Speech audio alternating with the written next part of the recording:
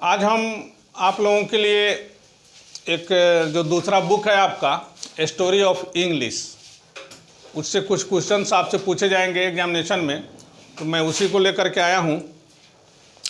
इसमें इस बुक से एक सवाल आ रहा है, what is future of English? अंग्रेजी का भविष्य क्या है?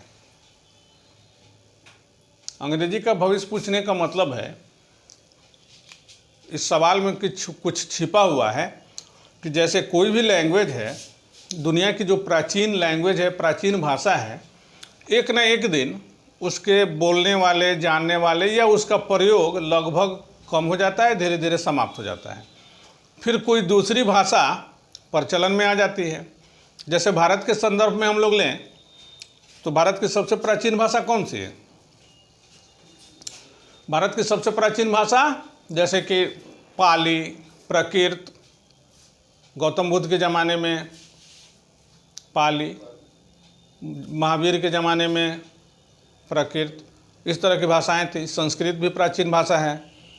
लेकिन आज जनता की भाषा, आम लोग की भाषा न तो पाली है, न प्राकृत है, न संस्कृत है।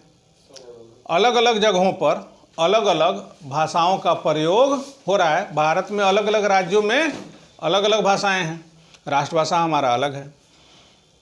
तो कहने का मतलब यही है, सवाल पूछने का मतलब कि अंग्रेजी का भविष्य क्या है, मतलब कि अंग्रेजी आने वाले दिनों में यूज होगी, इसका प्रयोग होगा, या अंग्रेजी समाप्त हो जाएगी, इसकी जगह पर कोई दूसरी भाषा आएगी।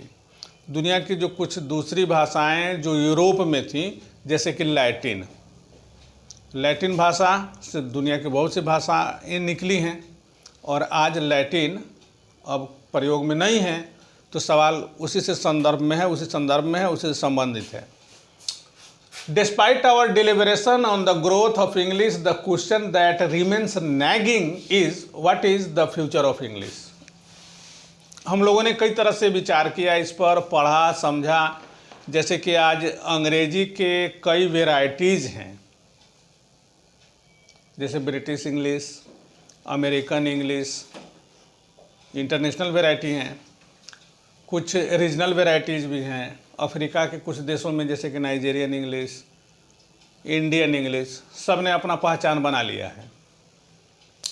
तो इन सारी बातों पर, तो ये सारे के सारे जो लैंग्वेज निकले हैं, जो वैरायटीज़ हैं अंग्रेजी के, सब अंग्रेजी ही हैं, लेकिन अलग अलग वैरायटीज़ हैं। शुरुआत में जब अंग्रेजी भाषा शुरू होती है, ओल्ड इंग्लिश, उसके बाद मिडिल इंग्लिश, उसके बाद मॉडर्न इंग्लिश।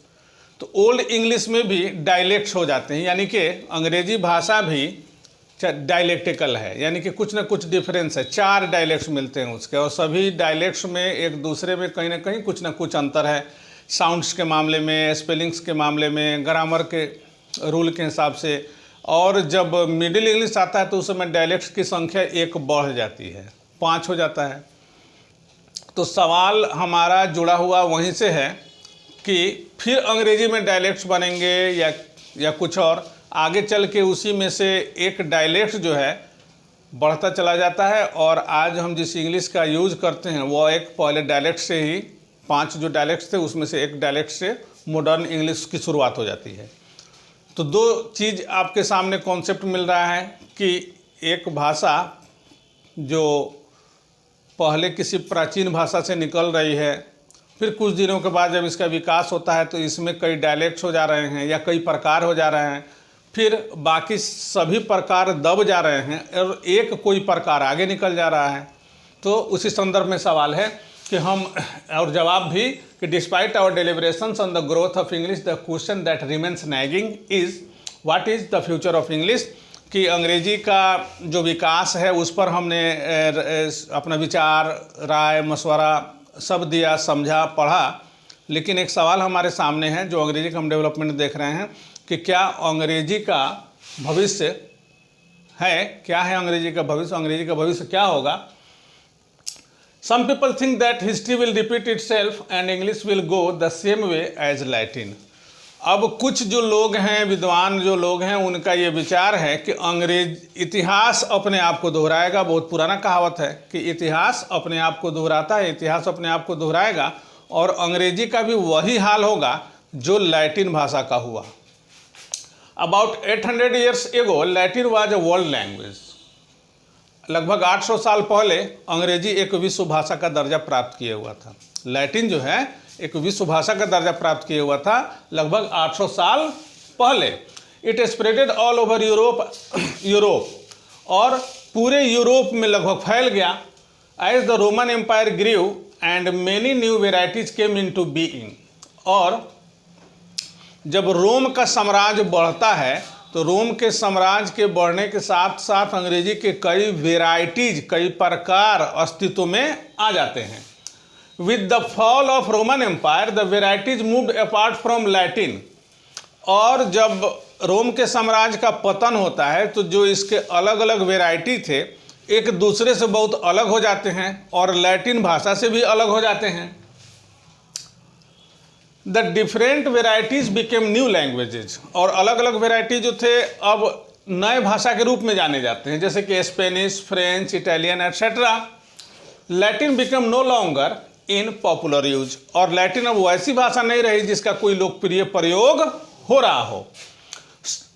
ये तो एक विचार हुआ, मतलब जो विचार है उसमें से कुछ लोगों का मत ये है, ये विश्वास रखते हैं। दूसरा, some other people think that the different varieties will move closer together and form a global English which will be spoken by all।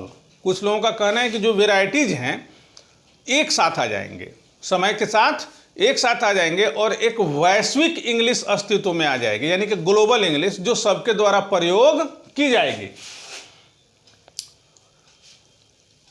It will be one common language for use in travel and tourism, international press coverage, means of communication, diplomacy, trade and business, etc।